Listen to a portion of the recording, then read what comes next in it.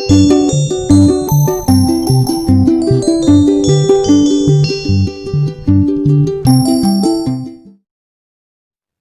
everyone, welcome to my channel. நம்ம சேனலை first time பார்க்குறீங்கன்னா பிங்கி ரோஸ் கிரியேஷனுக்கு சப்ஸ்கிரைப் பண்ணிக்கோங்க. அப்படியே பக்கத்தில் இருக்கிற பெல் பட்டனை ப்ரெஸ் பண்ணிக்கோங்க. அப்போ தான் நாங்கள் அடுத்தடுத்த போடுற வீடியோ உங்கள் நோட்டிஃபிகேஷனில் வரும்.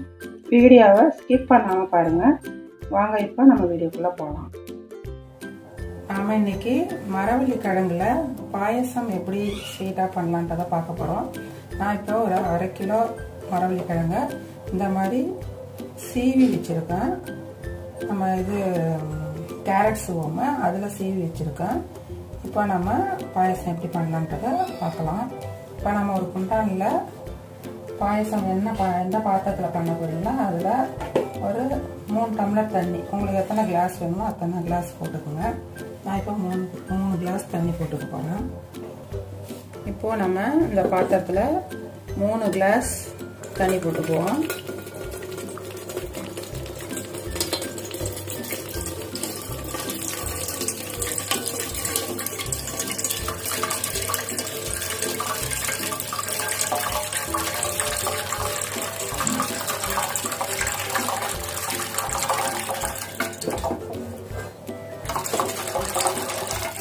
போதும். 3 கிளாஸ் நீங்கள் கிளாஸில் வேணால் அளந்து ஊற்றிங்க. நான் அப்படியே ஒரு இதாக போட்டிருக்கேன். 3 கிளாஸ் இது இருக்கும். இப்போ நம்ம இதை வச்சுட்டு நம்ம அடுப்பு பற்ற வச்சுக்குவோம். இப்போது இந்த தண்ணி நல்லா சூடாகட்டும். அதுக்கு முன்னாடி நம்ம கொஞ்சம் சால்ட்டு இதில் ஒரு 1/2 ஸ்பூன் சால்ட்டு சேர்த்துக்குவோம். 1/2 ஸ்பூனு சால்ட்டு இதில் போட்டுக்குவோம். இப்போ இது தண்ணி நல்லா சூடாகட்டும். கொதிக்கணும். தண்ணி நல்லா கொதிச்சிட்ருக்கு.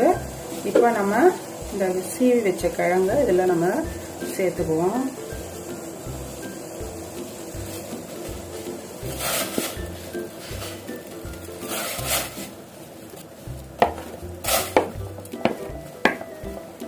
இப்போ நம்ம நல்லா கிண்டிகிட்டே இருப்போம். அது நல்லா வேகும்.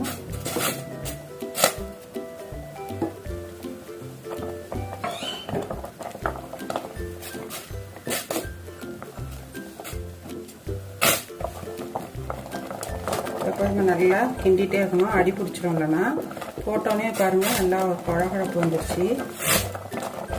நல்லா கிண்டணும், வேகணும். அது தண்ணி பத்தலைன்னா ஆட் பண்ணிக்கலாம். கூட தண்ணி பத்தலை கொஞ்சம் ஆட் பண்ணிக்கலாம். சிம்மில் வச்சுட்டு இது நல்லா கிண்டிகிட்டே இருக்கணும், கைவிடாமல். பாருங்கள், பார்க்கவே எவ்வளோ அழகாக இருக்குது.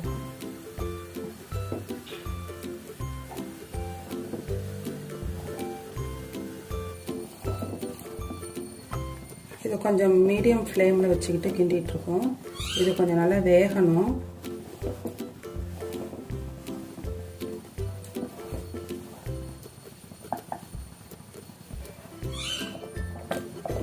இப்போது இது நல்லா பாயில் ஆயிடுச்சு.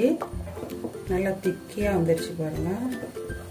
இப்போ நம்ம இந்த அடுப்பில் இதை மாற்றிக்குவோம். மாற்றிட்டு முந்திரி பருப்பு திராட்சை நம்ம பொரிச்சிக்கலாம். இப்போ சூடாயிடுச்சு. நம்ம இதில் ஒரு 3 ஸ்பூனு நெய் விட்டுக்குவோம்.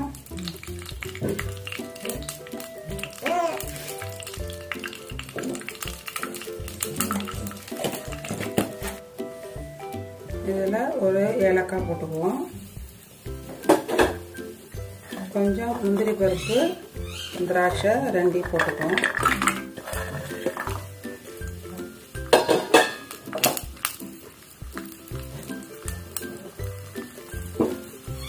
நல்லா இந்த திராட்சை நல்லா பொரிஞ்சு பலூன் மாதிரி வரும்.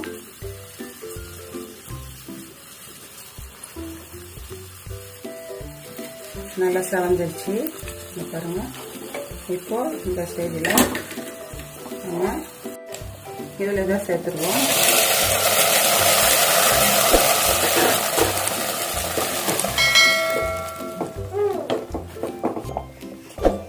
இதில் 1 கப்பு சுகரை நம்ம ஆட் பண்ணிப்போம்.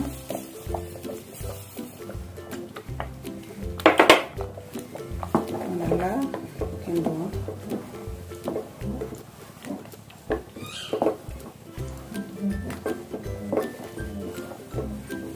இது ரொம்ப ருசியாக இருக்கும்.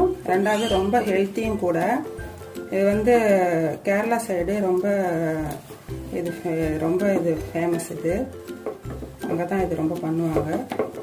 இது கேரளா ஸ்பெஷலு.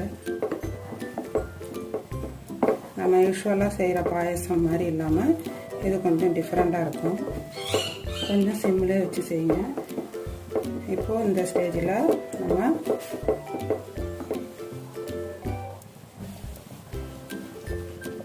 இப்போ நான் கொஞ்சோண்டு தேங்காய் கீறி அதை நல்லா கிரைண்ட் பண்ணி வச்சுருக்கேன். பட்டு போல் அரைக்கல, திருவவும் இல்லை, சும்மா மிக்சியில் விட்டு ஒரு சுற்றி வச்சுருக்கேன். இதை நம்ம இதில் சேர்த்துக்கலாம். இது சும்மா ஒரு டேஸ்ட்டுக்காக. இல்லை இது வேண்டாம் பாலாக ஊற்றிக்கிறீங்கன்னா தேங்காய் பாலாக புழிஞ்சிக்கிங்க. இல்லை பசும்பால் சேர்த்துக்கிறாங்க, பசும்பால் சேர்த்துக்கணும். அது உங்களுடைய இஷ்டம் தான். இது வந்து நம்ம சாப்பிடும்போது தேங்காய் வந்து லைட்டாக கடிபடும். அப்போ அதில் ஒரு நல்லா இருக்கும் ஒரு சுவை. அதுக்காக நான் அப்படி சேர்த்துருக்கேன்.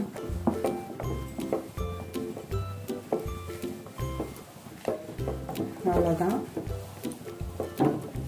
மரவள்ளி கிழங்கு பாயசம் ரெடி ஆயிடுச்சு. நம்ம இப்போ அடுப்பை ஆஃப் பண்ணிவிடுவோம். பவுலில் சர்வ் பண்ணுவோம்.